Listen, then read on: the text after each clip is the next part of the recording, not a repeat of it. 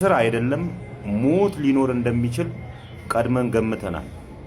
ልንሞት ሁላ እንችላለን። በዚህ ነው የፍራቻን ሉጋማችንን በጥሰን ጥለን አደባባይ የወጣ ነው። በዚህ ኮንተንት ላይ እንግዲህ ጉልበት ሊሆነን የሚችል ሌላ ሰዎች መጥተዋል። እንደነ ተስፋ ያሉ እንደነ ሌዊ ያሉ እነዚህን ሰዎች እንግዲህ ተስፋዬን ትላንትና ከቢሾፍቱ ደብረ ዘይት የ4 ኪሎ ፖሊስ ነኝ የሚል ይዞት ወደ ሌቦቹ ሰፈር ይዞት ሄዷል።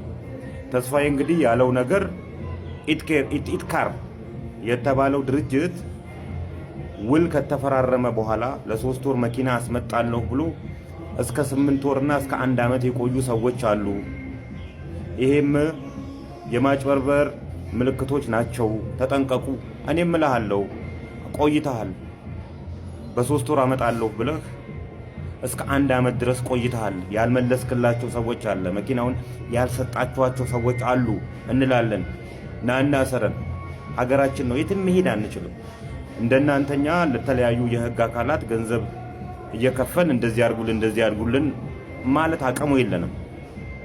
ነገር ግን እኩል ዜጋ ስለሆን በሀገራችን ጉዳይ ላይ ያገባናል።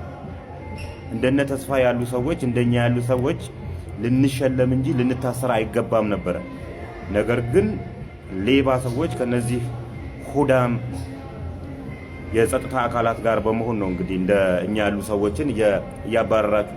ያፈለገ ነገር ታረጉናላችሁ። የወጣነው ልንሞት ሁላ እንደምችል አስበን ነው። ስለዚህ ይሄን ስላረጋችሁ ሲጀመር ቅዳሜ ዕለት ያሰራችሁበት ምክንያት እሁድ ስራ ስለሌለ እዛ እንዲልና ይቅርታ እንዲላችሁ ነው። አይላችሁም። ነገ ከነጎዲያ እየባሰበት ይመጣል። ኢትካር የተባልክ የወሮ በላ ቡድን